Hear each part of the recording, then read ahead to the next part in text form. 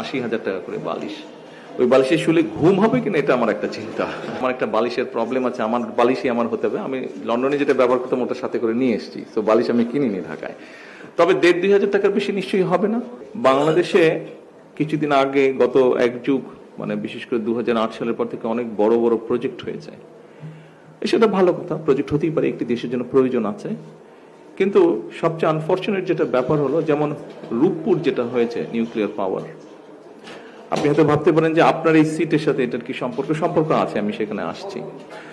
রূপপুর পাওয়ার আপনারাও জানেন, অনেকেই হয়তো জানেন, সবাই না জানলে, যে আমাদের পার্শ্ববর্তী দেশ ইন্ডিয়াতে সিমিলার সর্ট অফ একটা পাওয়ার স্টেশন হয়েছে। খুব সম্ভবত তারা এবার 14,000 কোটি টাকা, কি 14 থেকে 15,000 কোটি টাকার মধ্যে সেটা করেছে তারা। আনফর্চুনেটলি আমাদের এটার খরচ পড়ছে 96,000 কোটি টাকা, 3 গুণ বেশি খরচ পড়ছে, মানে আরো বিভিন্ন খরচ আছে এগুলা নিয়ে। এখন আপনি চিন্তা করে দেখেন, এই টাকাটা কিন্তু আপনারা যারা এখানে উপস্থিত আছেন, আমরা যারা এখানে সকলে এই ঘরে উপস্থিত আছি, প্রত্যেকটা মানুষের কাঁধের উপরে কিন্তু এই বোঝাটা এসে পড়েছে। পত্রিকা আমরা বিভিন্ন নিউজ দেখেছি 5 তারিখের পরে যে এটার টাকা কোথায় গেছে, কি হয়েছে, বাড়তি টাকা। সেটার বালিশ কেনা হয়েছে, এই গল্প কয়েকদিন ধরে পত্রিকায় আসছে, দেখেছি 80,000 টাকা করে বালিশ। ওই বালিশের শুলে ঘুম হবে কিনা এটা আমার একটা চিন্তা। তো 80,000 টাকা বালিশের দাম।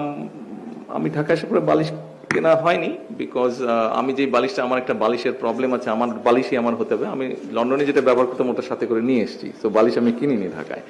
তবে 1,500-2,000 টাকার বেশি নিশ্চয়ই হবে না। শিমুল তুলা হোক বা যেরকমই হোক, 1,500, 3,000 টাকা ম্যাক্সিমাম হতে পারে, একটু সুন্দর টুন্দর করে বানালে। 1200-1300 টাকা, ওকে ফাইন, 1200, তাহলে তো আরো কম। সেখানে 80,000 টাকা দিয়ে বালিশ, এই 80,000 টাকা ভার কিন্তু আমাদেরকে বইতে হচ্ছে। আমরা দেখেছি ইন্টারিম গভর্নমেন্টের সময় তারা একটা হোয়াইট পেপার তৈরি করেছিল। এই হোয়াইট পেপারে বলেছিল বছরে $16 বিলিয়ন এই দেশ থেকে পাচার হয়ে গেছে। Just think about it, $16 billion.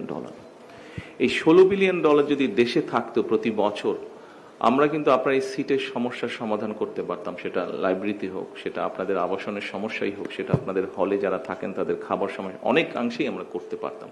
So প্রতি বছর যদি আপনি 10 বছর ধরেও $16 বিলিয়ন পাচার ধরেন, তাহলে 10 বছরে কত বিলিয়ন ডলার পাচার হয়ে গিয়েছে।